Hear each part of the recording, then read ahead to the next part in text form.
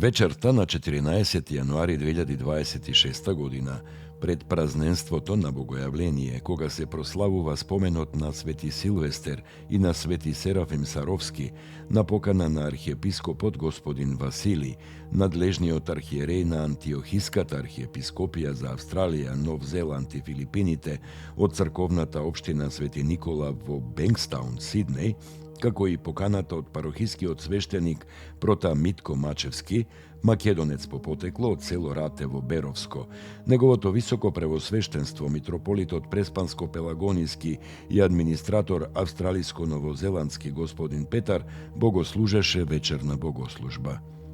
Оваа црковна општина е под духовна јурисдикција на Антиохиската патријаршија во Дамаск, Сирија, но со благослов на архиепископот господин Василий се раководи по стариот јулијански календар и се богослужи на црковнословенски и македонски јазик.